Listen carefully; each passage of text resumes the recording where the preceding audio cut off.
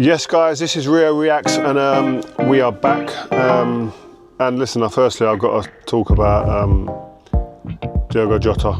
An absolute tragedy. Him and his brother involved in a car crash, and I think then this is when you see what the power of football coming together. Rivalries completely out the window, not thought about, and my thoughts just go to his family and friends that are close to him.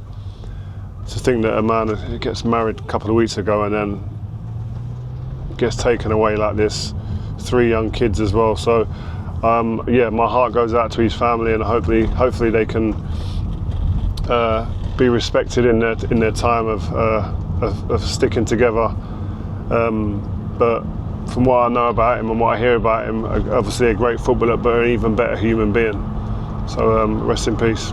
Right, so Antony Elanga has now left Nottingham Forest and gone to Newcastle. I think it's a great bit of business. £55 million. I think one thing that's great for Manchester United is there's a 20% sell-on fee, which amounts to about £8 million what Man United will get, which is great for their PSR.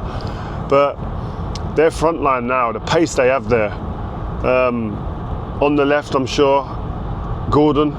Elanga will be on the right. Isak up front, if they keep him. Waiting in the wings in the background, I'm sure one of the players that will be fighting for a place there will be Murphy as well. So they've got a bit of depth there as well. But I think he's a wonderful signing. Pace, the pace they've got now is crazy.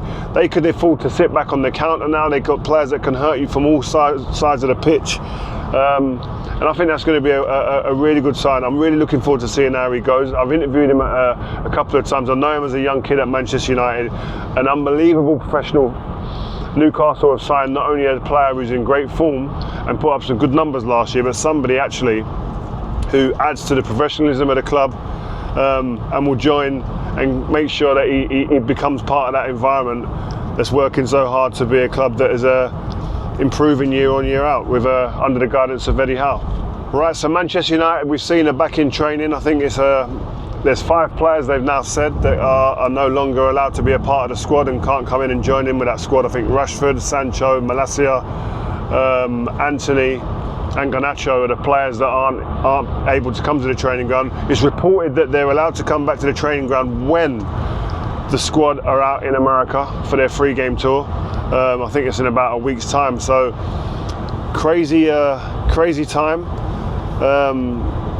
There's ability there, but it's obviously something that the manager's seen that he says, I don't want that to be part of my squad. And he's gone strong on that. So it'll be interesting to see what happens to those players, how quickly they can get themselves to find another club.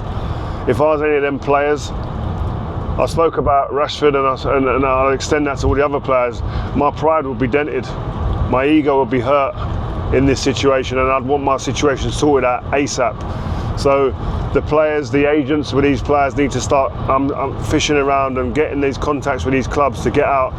You don't want to be in a position where you're getting to the end of the window, you haven't joined training sessions with a team, you miss a pre-season. No matter how much training they do on their own, they'll be behind. And it'll be a tough season to get back into the groove. So these guys need work to be done quickly. Bryan Mbeumo has told Brentford, we're hearing, David Ornstein, a friend of the channel, has reported that he has told Tottenham, he's told Brentford that he only wants to join Manchester United.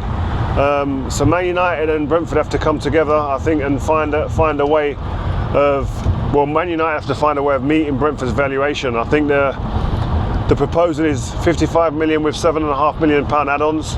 That doesn't seem to be enough maybe for Brentford, but I think Man United have to get this done. I think it's been in the news for far too long to get to a situation where you get to the end of the window and it doesn't happen. I think that would be a custard, egg on your face situation for Man United.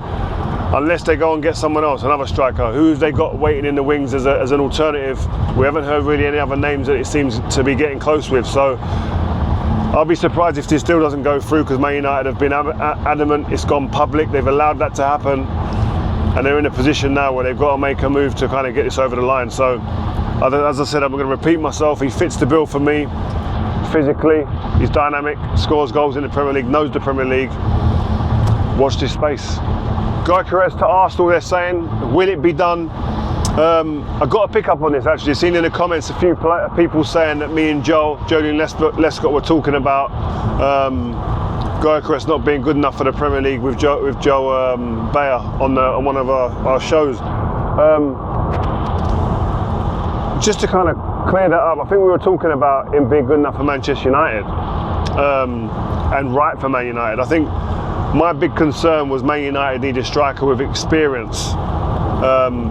For the last couple of years there, he's done his thing. He's scored a ridiculous amount of goals. He's been phenomenal in the Portuguese league. But I think for Man United, they needed something different. That was my opinion. Can he go to Arsenal and be a success? Yes, he can. Can he go to Arsenal and score goals? Yes, he can. Will he go to Arsenal and score goals? Remains to be seen. But that's like with any signing. Did we think Isak could go to Newcastle and do what he's done? No one was 100% sure. And I think we'll be the same with Gyokeres. What I would say is Arsenal need a number 9. Arsenal need a player that can go in there and score goals. They need someone that has shown they can do it, yes, in another league. He fits the bill in that sense for them.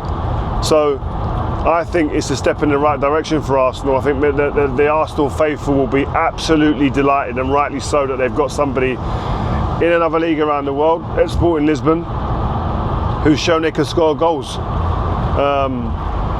But I think he's more right for Arsenal than he would have been for Manchester United, and that's my point with Gyokeres. So watch this space. Can Arsenal get it done? If they get it done, does it mean they're title challengers? Does it mean they're going to go a step further and win this league? Yes, guys, make sure you subscribe, like and share. The Rio Presents channel is flying. We're doing loads and loads more this season. Make sure you tune in. We've already got some interviews in the bag. Big players, global players, and loads more to come from around Europe, from around the world. We are here to produce the best content for you guys.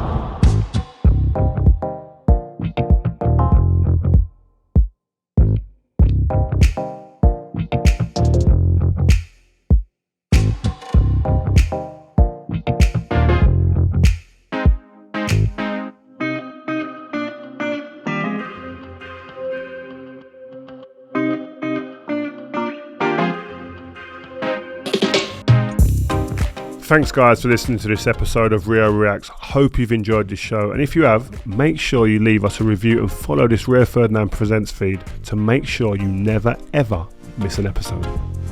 If you've got a point you think we should be discussing or want to put us on the spot with a question you want answering, get in touch using the fansfirst@rioferdinandpresents.com email address or use #RFP on social.